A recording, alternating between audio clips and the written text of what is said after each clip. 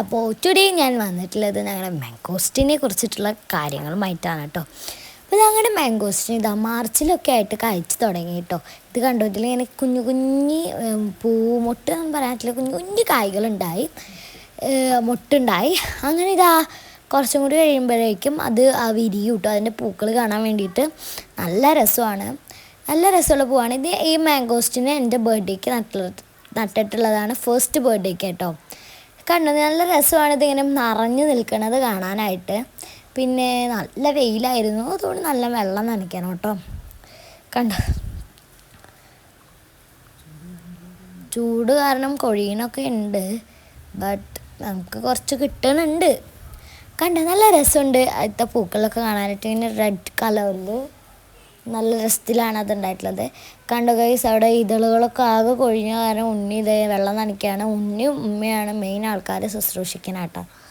പാവം വരെ മക്കളെ പോലെയാണ് നടക്കുന്നത്. ഞാൻ മേലേക്കൊക്കെ ആക്കി കൊടുക്കണം കേട്ടോ. ഇത് എന്താ വെച്ചാൽ ചൂട് ഒന്നും കൂടി ഇതാക്കാൻ വേണ്ടിയിട്ടാണ്. പിന്നെ എന്താ, ഈ പൂവുകൾ മുട്ട് വീണ്ടും വിരിഞ്ഞു തുടങ്ങും. കണ്ടോ, നല്ല രസമാണ് കേട്ടോ. ഇതിങ്ങനെ ഉണ്ടായി നിൽക്കുന്നത് കാണാൻ വേണ്ടിയിട്ട്. കാണുമ്പോൾ തന്നെ ഒരു ഇതാണ്. ഇതിൻ്റെ ഇതളാണ് ഭയങ്കര ഇത് കേട്ടോ, നല്ല കൊഴിഞ്ഞു വീഴുന്നുണ്ടായിരുന്നു. സോ അതൊരു ചെറിയ സങ്കടം ഉണ്ടായിരുന്നു, നിങ്ങൾക്ക് ഉണ്ടാവുമെന്ന്. പിന്നെ വാപ്പച്ചി ഇതൊക്കെ പൊട്ടിച്ച് നോക്കുന്നുണ്ട്.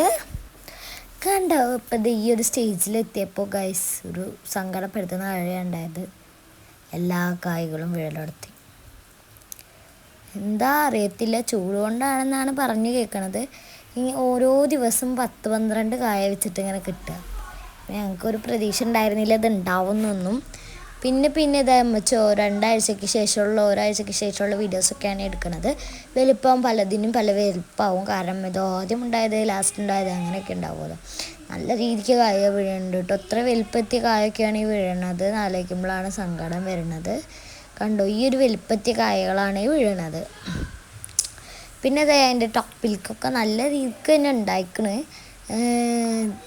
പക്ഷേ കൊഴിഞ്ഞു വീഴൽ ഇച്ചിരി നമ്മളെ ബുദ്ധിമുട്ടിക്കുന്നുണ്ട് കേട്ടോ. നല്ല രീതിക്ക് 2 നേരം മുകളിൽ മുതൽ താഴെ വരെ വെള്ളം നനച്ച് കൊടുക്കണം, അല്ലെങ്കിൽ ചൂട് കൂടുതലായതുകൊണ്ട് നല്ല രീതിക്ക് ഇത് നശിച്ചു പോകാനുള്ള സാധ്യതയുണ്ട്. നല്ല ശുശ്രൂഷിച്ച് വളർത്തണം കേട്ടോ ഇതിനെ. കണ്ടോ, ഇപ്പം ഈ കായകളൊക്കെ ഈ ഒരു വലിപ്പത്തിലേക്ക് എത്തിയിട്ടുണ്ട്.